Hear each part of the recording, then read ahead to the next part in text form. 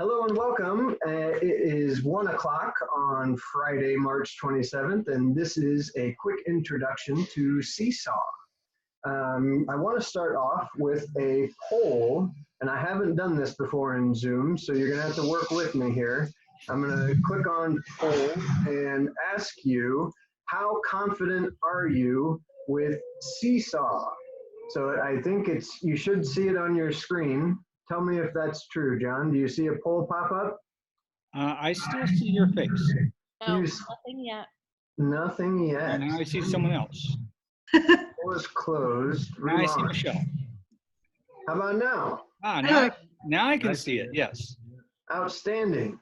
So if you're just joining, you probably, and welcome everybody. If you're just joining, there's a poll, and the question is, how confident are you can use Seesaw? How confident are you in your Seesaw abilities?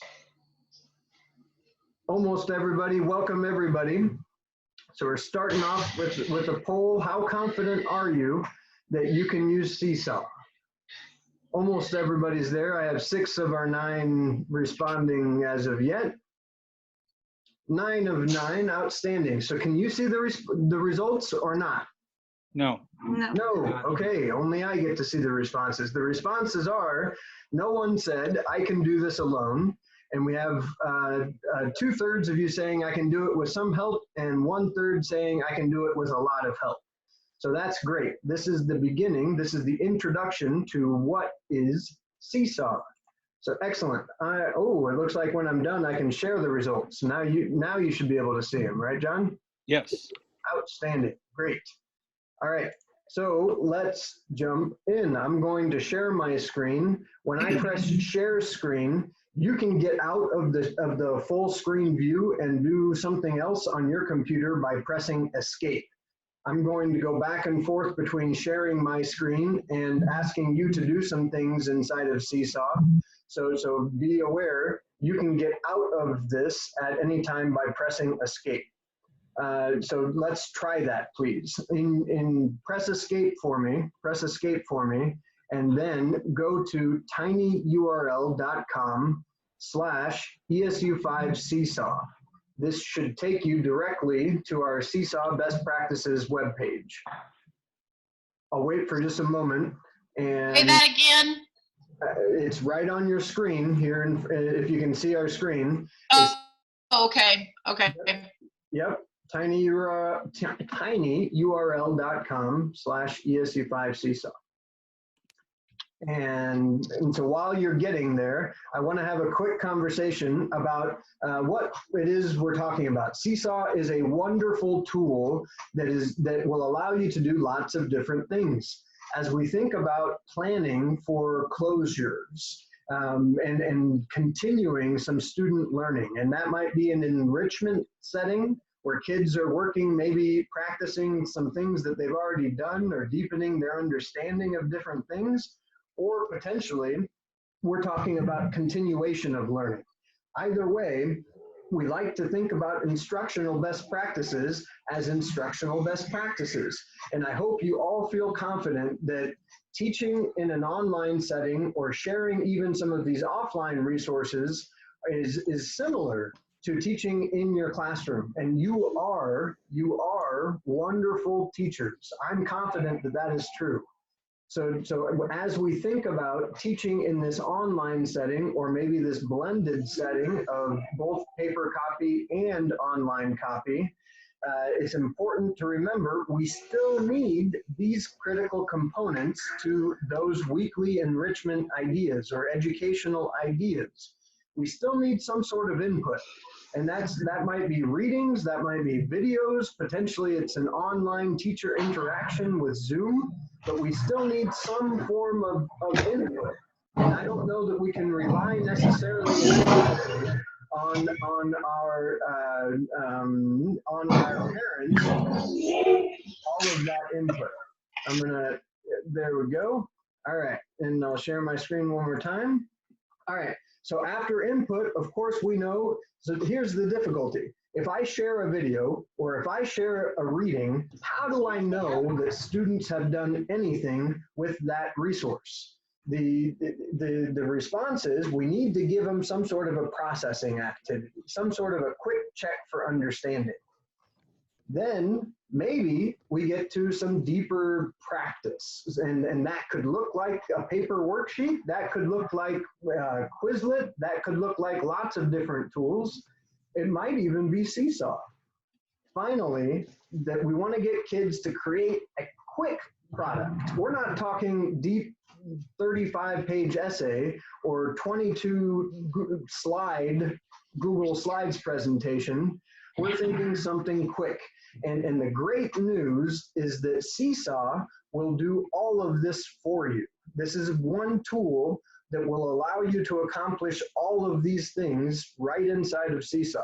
So if you're just joining, please go to tinyurl.com/ESU5Seesaw. This will give you our Seesaw best practices resources. When I presented this to folks in 2018, so a couple of summers ago, we talked about this in terms of direct instruction, that input segment, the knowledge deepening, that practice segment, and then the knowledge application, that product segment. A final segment of that cyclical unit design is doing things like polls, like we did at the very beginning, asking kids, how confident are you you can accomplish this, that, or the other? All right, next up, we want to get you inside of Seesaw. So this is going to be fun, I promise. I'm inside of Seesaw. Here's Seesaw. And I need you to join. I want to add you as a student to our Seesaw class. So I would like you, please, it tells us right here, to open up a web browser window, and you want to search for Seesaw. And I see, let's see here, Kelly, not getting Seesaw, but watching for later. Good. Thank you. And please do use the chat, but go search for Seesaw. Seesaw. When you get to Seesaw, then you'd click on log in. And when you go to log in, it will ask you, are you a teacher or a student? Right now in this moment, I want you to click on I'm a student. And then we need our code. Our code for right now is SQJBWJ. So I'm gonna pause for a moment. I'd like to get you all inside of my Seesaw class. And so I'm gonna pause for just a moment.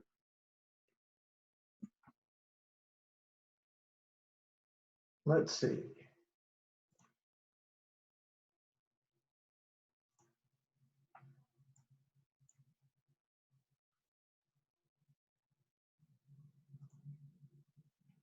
So I don't want to assume that anybody's, please let me know. Are you there? Give me a thumbs up. Or maybe in the chat. How about the chat? Give me a thumbs up. In the chat, you can say, I am in. And so I just added in the chat that I am in. Regina's good. How about others? I'm working on it. Outstanding.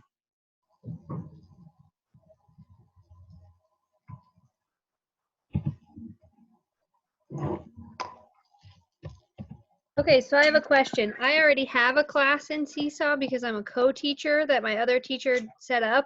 Yep. So when I log into Seesaw, it takes me straight to my class. Is there a way to go backwards? And nope, that's okay. So in the top right-hand side, I recommend open an incognito window. Do you have that option? Yes. Okay, then go to Seesaw and it won't log you straight in. Okay, perfect. Thank you. Or I just logged out and then logged in as a student. And that's, you can do that too. Kelly's in. Kay Laughlin. Who is Kay Laughlin? Hello, Kay Laughlin. I'm not sure I know you.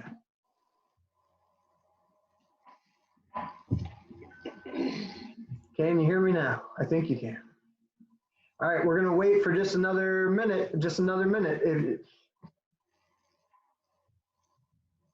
Nick, I'm having trouble getting in. And okay. I had the same, So inside, I had the same problem. you have the same difficulty. Okay. So we're Yeah, going. so it's just it's a little slower. That's Okay. So we searched for Seesaw. We opened it up. And then in the top right, it says log in. my And now- Wi-Fi is just slow. That's all. Okay. Mm-hmm. And potentially, if that's the case, we might be listening instead of participating actively, and that's okay. And then you would want to enter the text code, and our code for the moment is this SQJBWJ. I'm only gonna wait another minute or so. So I'm gonna add in SQJBWJ in our chat. That's the code to get in. And I'm gonna roll right along and give you a quick introduction to what is Seesaw. So Seesaw is a great tool that does both our, so we just talked about it, just talked about different components of learning, right? There's that input phase, a process phase, practice, and quick product. All right, so let's look at Seesaw and what it can do to help facilitate those things. First off, what kinds of things can students do with Seesaw? When you click on add in the top right, in your case, you're logged in as a student, it would look right like this. So I can add a picture. Think about, for example, a student is doing paper work, and maybe you want them to turn that paper work into you, and potentially they could take a picture of the worksheet, of the paper, or maybe you're asking them to go outside and take a picture of, I don't know, something growing, and then they would be able to, let's see here, cameras, the difficulty right now is I can't show it to you because my camera is being used, and actually the same thing is true on your side. The students can take a picture, record their voice, and then upload it into the Seesaw class. Another idea is a drawing, and drawing is very nice. So you might ask a student, for example, to draw. I don't know, maybe we'll ask them to draw the different parts of a flower. So here's a nice little stem, and then on the right, I can change my colors, and I've got these beautiful little petals. And so then I could even label them. I could say this is a petal, is a PD or T? PD looks better. AL. How about that? Here's a petal, and then over here we have a stem, and I can pull it down. Good. Yes, please. I'd be able to pull my text boxes around. Stem. Good. Looks like we have a chat. Good. Petal, PTAL. How about that? Good. We got the petals, we got the stems. So the point is the kids can draw. Another really nice thing on the left-hand side of here is that students can also record their voice, and now they can explain, they can tell the different parts of the plant or explain whatever it is they've drawn. On the right-hand side, maybe you're asking them to do multiple drawings inside of one thing. So I could add a new page. Good. And so wonderful. I can draw. I have different types of drawing instruments. I have a highlighter. This is kind of a fun one. If I can get this to pop on the other side. How about that? It erases, but then makes it pretty. If you want to erase, you have an eraser as well.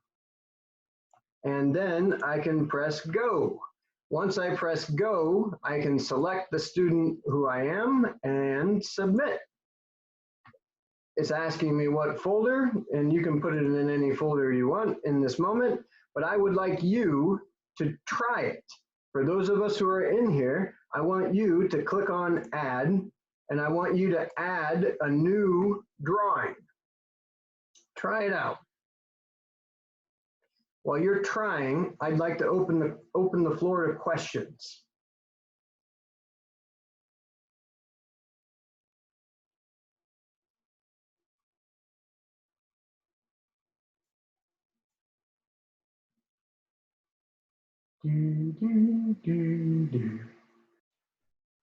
Any questions?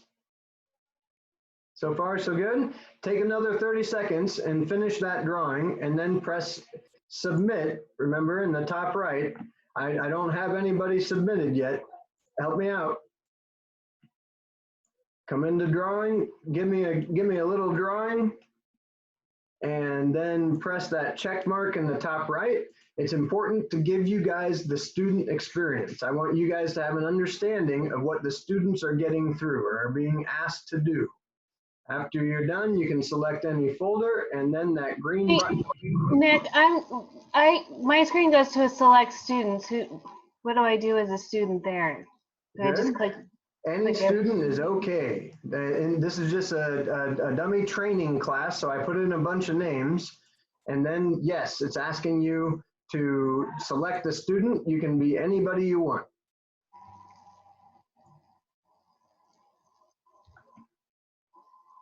Take another minute, please.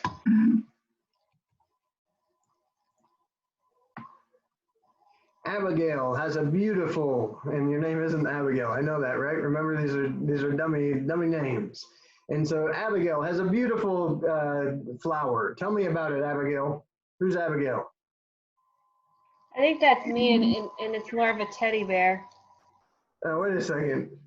Can you see my screen? That's mine. Oh, the flower Okay, is Kelly's. Okay. And Yeah. so wonderful. Okay, here's a teddy bear, and there's another one from Abigail. Outstanding. Okay, so come back to my screen, please. Please click on the Zoom window and watch me for a moment. So now you can see me. I'm the teacher, right? And that means that I can see everybody's things. I believe you as the student can also see everyone's things, but understand that's because I've allowed it. So when I click on this wrench in the top right, it then allows me to give students the ability to see. Right here it says students can see others' work, and that's what I've allowed. You can also allow students to like or comment on each other's work. So we just did a drawing. Other examples of what we can do, I could ask students to take a quick video. I can also upload a file, for example, or a photo from my computer. Remember, with the drawings and also with your images, if I upload a picture, and that's always fun to upload a picture from your computer, and so then I could ask the students, for example, fill in for me some online tasks and some offline tasks. And then students would be able to write, or they'd be able to record their voice, for example, and accomplish whatever it is I'm asking them to do. So it's a great way to turn a picture or a video into that multimedia presentation. So we've talked about what kinds of things students can do. We've talked about taking that picture, maybe recording your voice. You can add text on it, or kind of like subtitles to the picture. We can draw, we can add video, you can upload video or directly from your Google Drive. Maybe, for example, there's a reading that I want students to do. I could share with them a link to the reading. So I could, for example, come over here and go to bit.ly/digitagepedagogy, and then I could share it with all of my students. I can record if I want, I don't have to. Share it to all of my students, and now all of those students have received or would receive the link. So this again, a great way to communicate with our parents, with our students directly. Let's look at a couple other things on our screen here. So we've talked about the journal, remembering that currently I'm allowing you to see each other's work, right? Students can see each other's work. That's not necessarily, if you don't want that to be true, you can turn that off.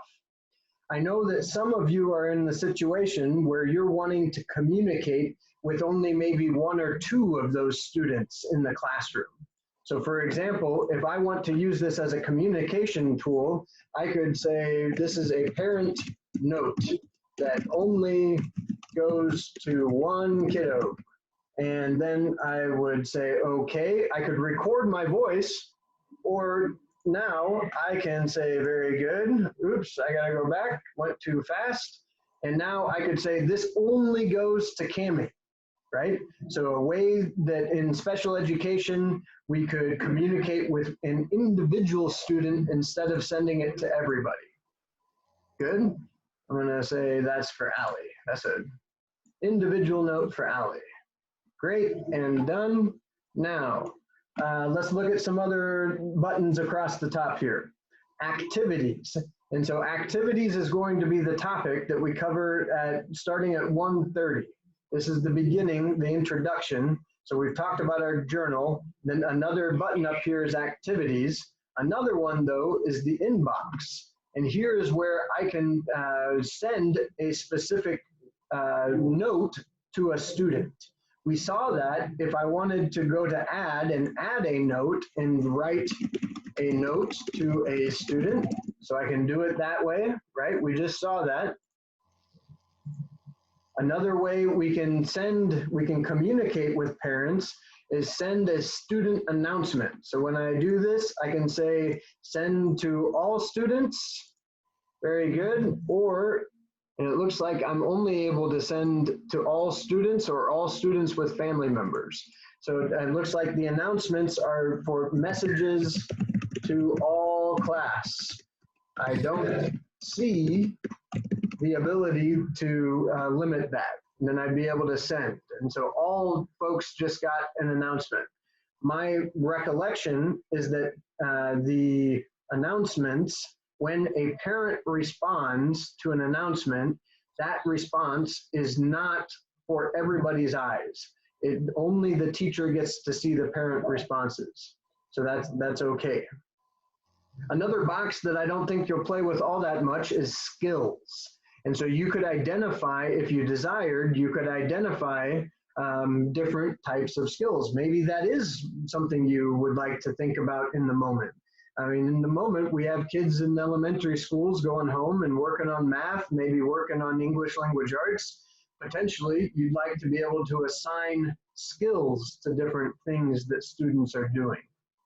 Another way that you might organize your Seesaw journal is using folders. Folders are over here, and here is where I'd be able to manage my folders and add different folders if I desired to add folders. So two separate ways of potentially organizing your students' content. The final option across the top here is a blog, and this would allow for like grandma and grandpa to see what you're doing in your classroom. And so remember, Seesaw is a communication tool that's tied to students as well as parents. We can have both students and parents tied into this. And I'm going to stop my screen share for just a moment and let's have a conversation. So Seesaw is a wonderful tool for kids to accomplish that input, for kids to maybe do a process activity, so maybe even some practice. We'll see the activities in just a little bit, and maybe to create a quick product. Remember, Seesaw is shared directly to a student account, but then also the parents have the option. And I don't know if all of your parents are already connected to their students or not. I'd say, and it depends on district to district to district, Not everybody is connected to their student's account. But the point being, Seesaw is a private, password protected experience that is not public. So when I say that the blog is the exception here, the blog, if you desire to set up a blog, this would be a public facing thing that would allow you to create kind of like a website. When I open up the blog that's tied to this class, I can see only the things that I, the teacher, have said should go into the blog. So for example, I can scroll down here and go back to my journal. And for any one of these, I can click on the globe, and then it asks me, do you want to publish to the blog? Sure. Good. We have about 4 minutes left, and so I want to open the floor to questions, and then we're going to start back in with activities in just a moment.